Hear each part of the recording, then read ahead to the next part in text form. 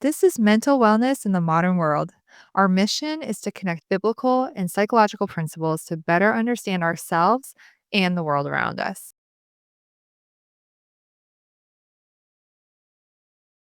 In a time when chaos is loud and pressure feels constant, peace isn't a luxury, it's a necessity.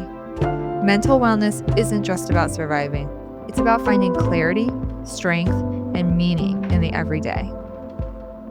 This is where honest conversations happen, where healing meets truth, and where you're reminded that you're not alone. Hi, I'm Eleni Lobene with Benison Kingdom Network, and this is Mental Wellness in the Modern World. Today, I want to be talking to you about a book that I just read called Let Them by Mel Robbins. You might have seen this. It's a number one New York Times bestseller. I'd heard about it from multiple friends who told me I should read it, and so I did. And it's interesting. It reminds me a lot of the Boundaries books by Henry Cloud and John Townsend, if you remember those from a couple decades ago when those started coming out. But Let Them is interesting. It's a secular book. It has no religious affiliation, but there's a lot of good advice in there.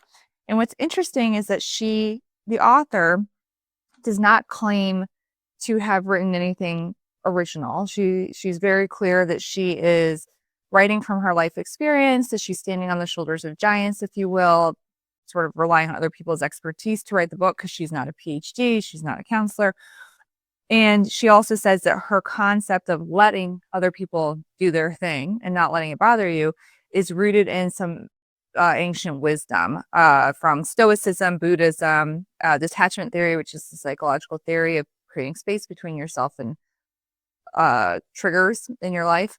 But she doesn't mention biblical foundation because that's probably not how this theory was formed. However, there's a lot of connection between this book and biblical principle. And I found, as I've studied psychology throughout my life, that there really isn't anything new under the sun. We just rename things. Human nature has been the same for all of time, as far as we know. And that is sort of the foundation of this book, seems to be really close to biblical principles, if you ask me. She talks about fear being a big deciding factor in people's lives. And we know that the Bible warns not to make decisions out of fear, and to pursue God's calling despite other people judging us. I mean, the whole story of Noah, right, and the flood and being mocked. Um, we're always being asked to do things on our own accord. And what's interesting, that's not in this book, but as Christians, if you follow biblical principles, you know that God wants us to consult Him and be in alignment with Him when we're trying to make decisions, and to care about that really first and foremost, and not about what other people are thinking, and not worrying about other people's decisions and behaviors, because that's separate. So there's a lot of connection here. She talks about comparison, which is, of course, another thing in the Bible that's discussed. We shouldn't be comparing ourselves to others, right? It doesn't help us in any way. Also, I think what she does really well in this book, and the reason that I think it's worth reading potentially, or at least looking at specific chapters that might be relevant to what you're struggling with, is she really dives in practically on specific topics. So, for example, one chapter I loved was Let Them Think Bad Things About You. Now, for me, this is a really hard one. This is something I've worked on in my life. I've tried to work on even in therapeutic settings. I've worked on just interpersonally, trying to let go of the fact that I can't control what other people think about me or what other people say about me. And I'm not going to let that hold me back in doing the things that I think I should be doing. She goes into detail. I'm going to read this one part to you. As she's discussing why we shouldn't care, she says, and by the way, people who love you think bad thoughts about you too, every day.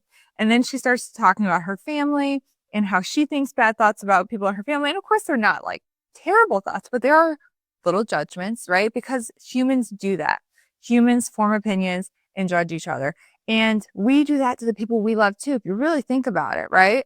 Like, I might judge my kid for not waking up on time. I might judge somebody for whatever, not being on time. That's the first thing popping into my head. I must be really judgmental about people being on time.